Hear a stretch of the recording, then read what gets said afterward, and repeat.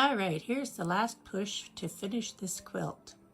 I've got most of the sections of the horizontal rows sewed together, and I have already sewed together 2, 3 of the long vertical rows. I have one long vertical row to add to this quilt, and I'll just show you how I do that and remind you of the steps of the quilt as you go method.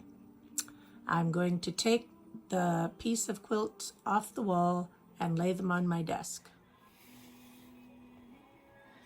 Okay, so I have the piece of fabric that is folded in half, and this piece measures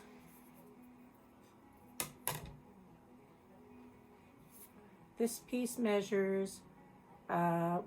1/2 inches, and it's folded and pressed in half, and it is going to go on the underside here. And this piece, which is a flat piece, which measures, well, right now it measures 1 1/2, and I'm going to trim it, and it's going to go on the front. So I need to keep the edges together, front and back, and sew them along as I go. Now I found in the last couple of rows that I find it a bit easier to sew on the other side. That way my folded strip doesn't get in my way. So I'm going to turn this upside down .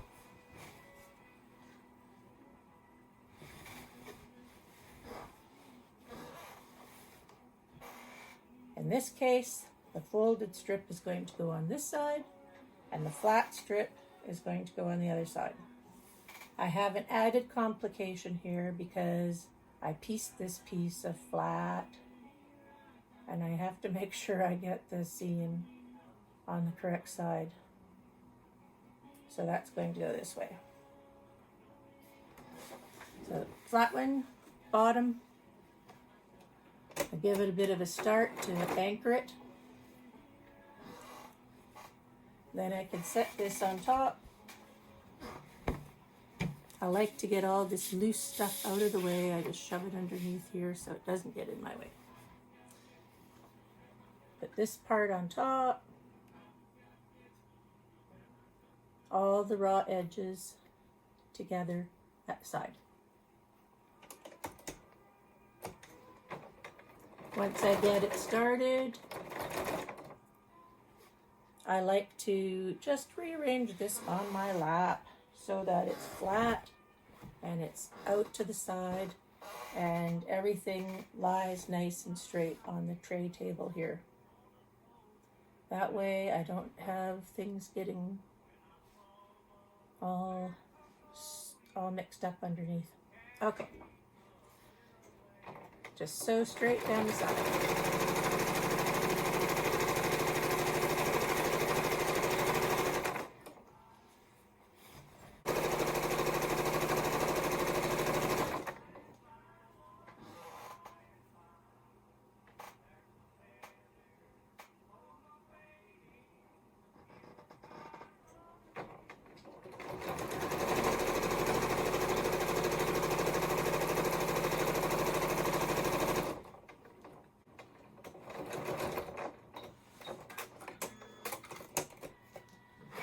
Take it out, just trim off the end. That goes into my scrap bin under here. So the next thing I need to do is just to check all this edge down along here to make sure that all of that raw edge is caught in all the way above, all the way along. I just give it a little check to make sure that it's all caught. Then I turn this over And I do the same on this side to make sure that everything is caught and nothing is missing in the seam. No gapes, no unstitched parts that need to be stitched. They all just need to make sure. All right. Now I told you that this was a little bit longer because I was finding my stitching was radical, uneven or something, I'm not sure. But when I turn this, can you see that? See that? All right. When I turn this down, oh, that's black, you can't see it anyway. This part underneath has to be 1/4 inch longer. And I found in doing this that sometimes it's a bit easier to trim this straight piece after it's sewn this, after I've sewn this first piece, because sometimes my stitching is a bit crooked and wavery. So I like to trim it after I sew it, and I just give myself an extra 1/4 inch sometimes, but I need to trim that off so it's 1/4 inch wider than this part folded over the top. You know, just a little easier sometimes trimming afterwards.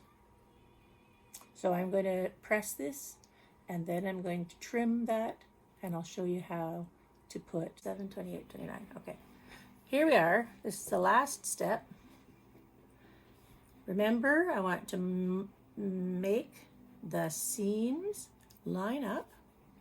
The easiest way is to put the piece I just sewed flat on my desk and lay the new one over top, right sides together. And here I line up the line there, and I go down to here where it ends and just make sure it's straight, because that seems to make a difference. And I'm going to sew with the other side up, so I'm putting my pin underneath like that. That way I can pull the pin out as I sew. I put one at the bottom to keep the bottom edge straight. Again, I put the pin underneath so I can take it out as I sew. I also put some pins on this other side to keep the fabric flat and together. Otherwise, sometimes it shifts when I'm sewing. It gets caught under here, and if I put a couple of pins in here, it doesn't seem to do that. It's easy to pin, easy to unpin.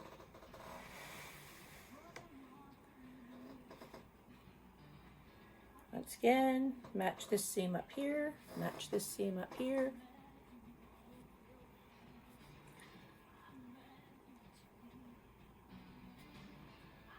Pin on the underside. I just pin at the seams. Sometimes I pin halfway across, but most of the time I don't. But I do pin. Here's the last one I'm going to pin here and here. Keep the edge together. Pin underneath.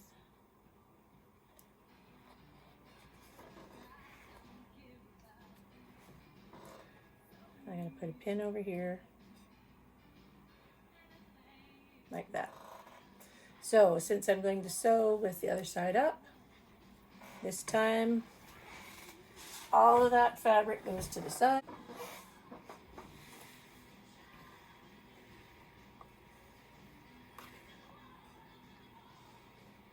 So flat there. Keep this up on the desk. Don't let it fall on the floor. That pulls your fabric and makes it harder to sew. Top edges are together. Start sewing.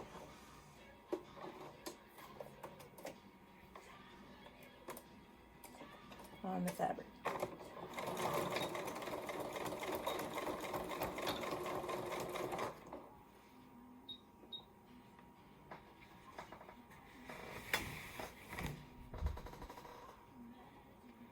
And I just kind of hold this a little bit so that I can see the raw edge underneath.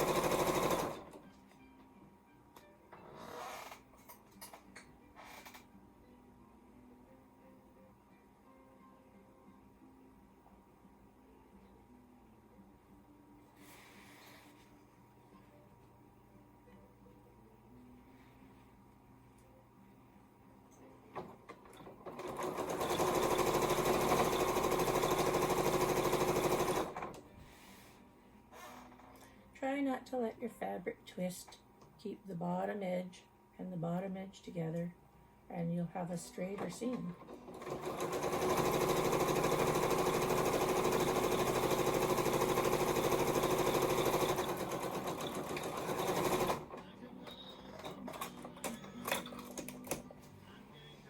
So I do the same thing here. I open out, take the pins out on the other side.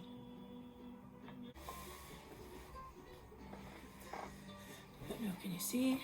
Okay, I gotta see this. All right, here we go.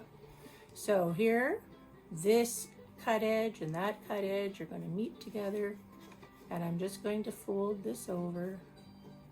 And as I said, some people like to slip stitch that closed, but I'm going to sew it by sewing machine because it folds right over on top of that.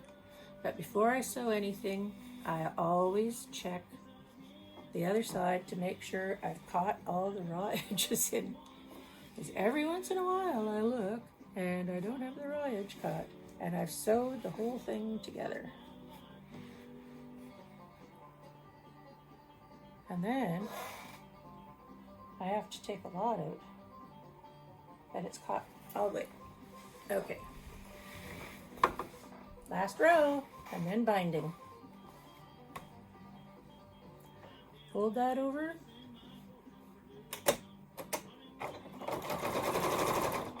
So close to the edge. And with this quilt as you go, the only thing, I've got 12 inches here. That's all that I ever put in my throat plate here, throat width here, 12 inches, and it's not that hard.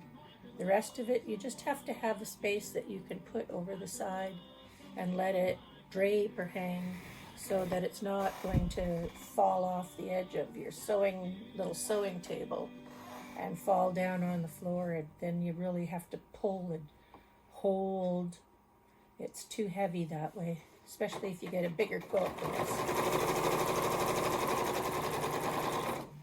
This is a nice size for a starter quilt. 5 squares wide by 4 squares. 20 squares altogether. Makes it nice and easy.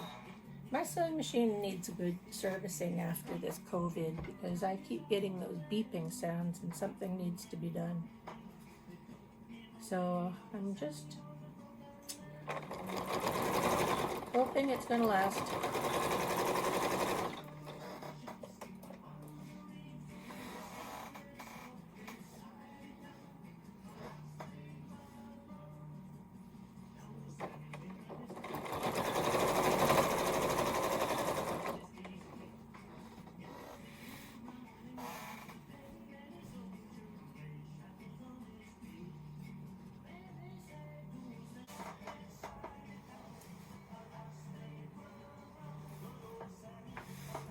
There you can see a little better.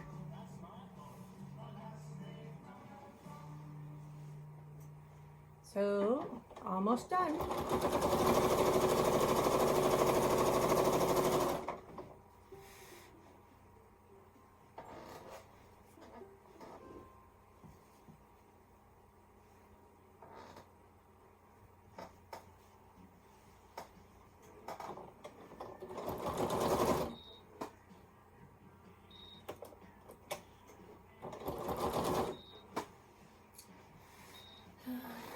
Something's wrong.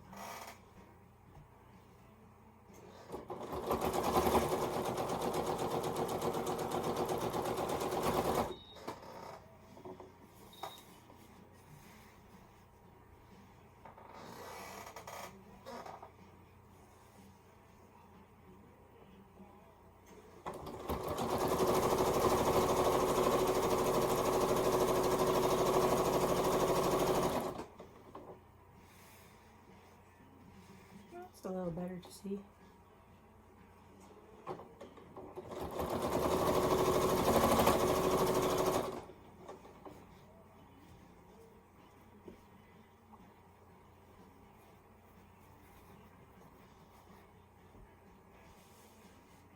I'm looking at my iPad up on the tripod rather than looking at what I'm sewing, so I'm stopping.